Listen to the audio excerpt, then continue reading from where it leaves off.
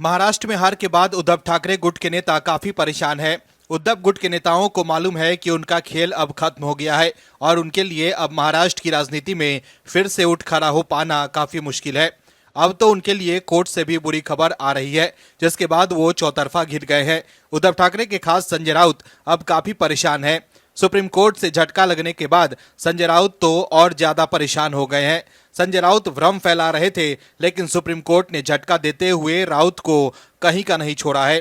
दर्शकों, देश के लोगों को पता है कि किसके पास नीति है और किसके पास काम करने की नीयत है, लेकिन विपक्ष जो सत्ता लोभ में किसी भी तरह से समझौता करने को तैयार रहता है, उसे जब हार मिलती है तो देश की चुनावी प्रक्रिया पर ही ठीकरा फोड़ता है। विपक्ष जो भानुमति का कुनवा जोड़ता है, जनता उसे पूरी तरह से नकार देती है, तो विपक्ष बिलबिलाने लगता है और फिर उसे समझ नहीं आता है कि वो क्या करे, तो चुनाव आयोग और ईवीएम पर ही ठीकरा फोड़ देते हैं। जिस चुनावी प्रक्रिया के फैन एलन मस्क है, उसे भारत का विपक्ष नकार रहा है, क्योंकि भारत का विपक्ष जानता है कि जनता को पता चल गया है कि ना इनके पास नीति है और ना ही नियत है। इसलिए तो देश और राज्यों की जनता विपक्ष को ठुकरा दे रही है। हालिया उदाहरण महाराष्ट्र का है, लेकिन महाराष्ट्र चुनाव की हार विपक्ष पचा नहीं पा रहा है, इसलिए अनर्गल आलाप कर रहा है। क्या है पूरी खबर, बताते हैं आपको इस रिपोर्ट में। दरअसल महाराष्ट्र चुनाव में मिली करारी हार के बाद महाविकास अघाड़ी के नेता लगातार ईवीएम पर सवाल खड़े कर रहे हैं। ताजा बयान उद्धव गुट के सांसद संजय राउत का है। संजय राउत ने ईवीएम को फ्रॉड बताया है। उन्होंने कहा है कि हम पिछले 10 साल से इस पर सवाल उठा रहे हैं। जब कांग्रेस सत्ता में थी तब बीजेपी ने ईवीएम पर सवाल उठाए थे।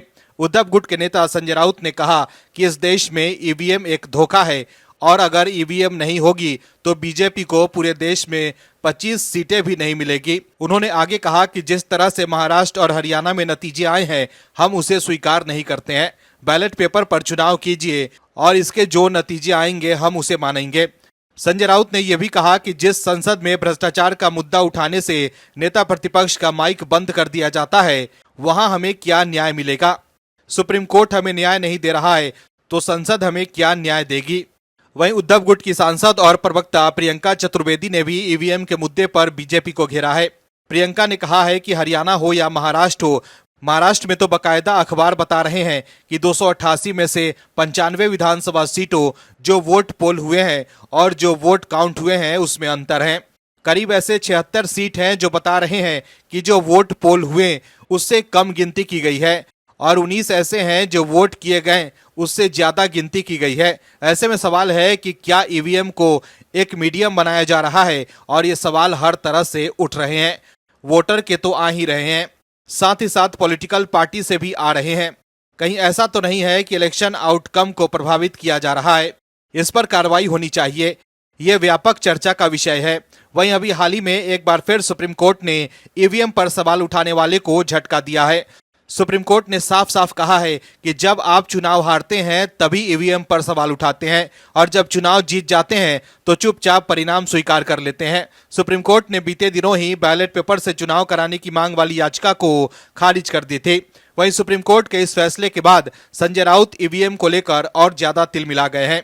संजय राउत को लग रहा है कि सुप्रीम कोर्ट में उनकी पोल खुल गई है। ऐसे में अब वो और ज्यादा हताश और परेशान लग रहे हैं।